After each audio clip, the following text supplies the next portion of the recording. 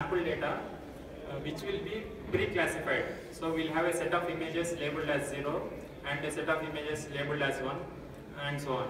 So what we do, we just pass the first image to the system and we will see the output. So output will be some random value because we have taken initial values as random in the system. All the output values will be random. When we send 0, we want to have something like 1 0 0 0 0 something. But we get a random value. So what we do, we calculate the error and then we send it back to the system so that we can correct the weight. This is similar to what we have done in the first gradient descent, back propagation and gradient descent. But that is very complex. That's why I am not using. The system weights, they will get updated accordingly. Since we have like so many images, we just keep on training and training until we get the desired accuracy. Once that is done, that is just a simple canvas element, which is like converting the given data into a set of array of pixels and sending it to the network.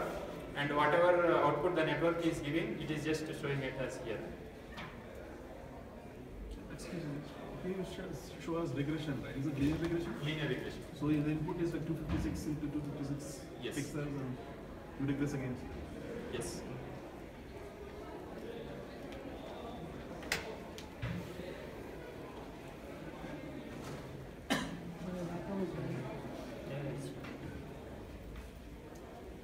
So this is, I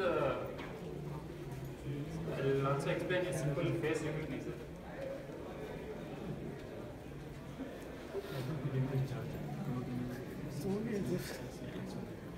So when we give an image and we want to find out what is there in the image. If you look at Facebook images, if you open HTML and see, if you uploaded a photo where you are having food, the description says 5 people eating food in a restaurant, something like that, or elephant drinking a water, something like that.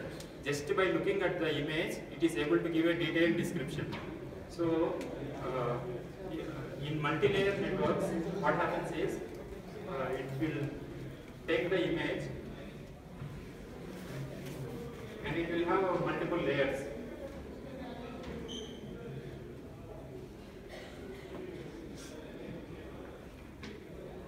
So the first one will be an image. So it is nothing but a set of pixels. So in the second layer, what happens is this just tries to detect if there are any edges in the image. That's it, nothing else. So it will have a set of edges. So it will take a small set and tries to see if there is an edge. So it might have like a curved edge, a straight line, or some other straight line, or like something like that.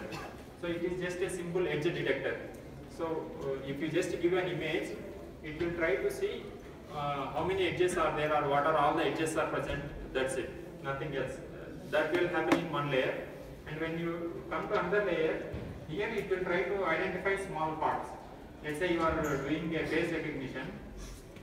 It will just look at all the edges and tries to see if there is an eye or nose or something like that. So if there is an eye, this part will activate. If there is nose, another part will activate for teeth, something like that. Once all parts are identified, the final output, it will try to tell whether a face is present in the image or not. So that is how like layers will be stacked one upon another, so that you will be able to get whatever information you can get out of the image.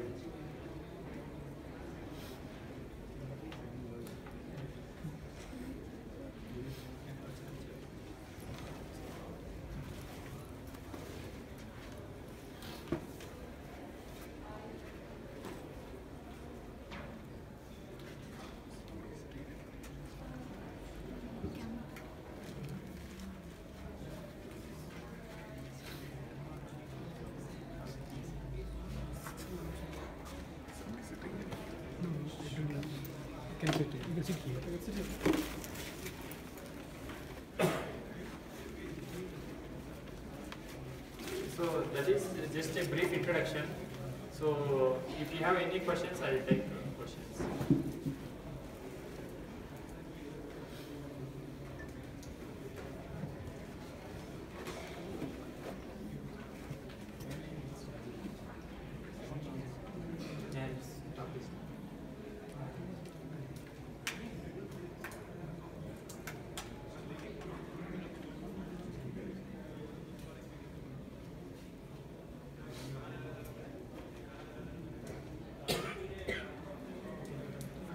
course that you suggest?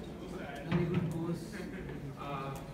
Course, I would suggest, pick up some data set and try to, or I think Coursera there is some course.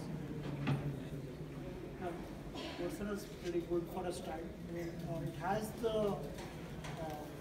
It has what she taught, but we'll have to do some homework if you want to actually understand it, right? Because this was a bit advanced, right? For formulae and all, you will have to know some amount of statistics. And apart from that, you have one more YouTube course. It is Stanford course. That's very good. And you can go to Stanford website and you can solve the homeworks. That's like awesome. I love that. I have shared the link. So this stats.stack exchange is also very useful website. So there they have explained each and every part. So machine learning is nothing but statistics. So if your professor says come learn statistics, no one will come.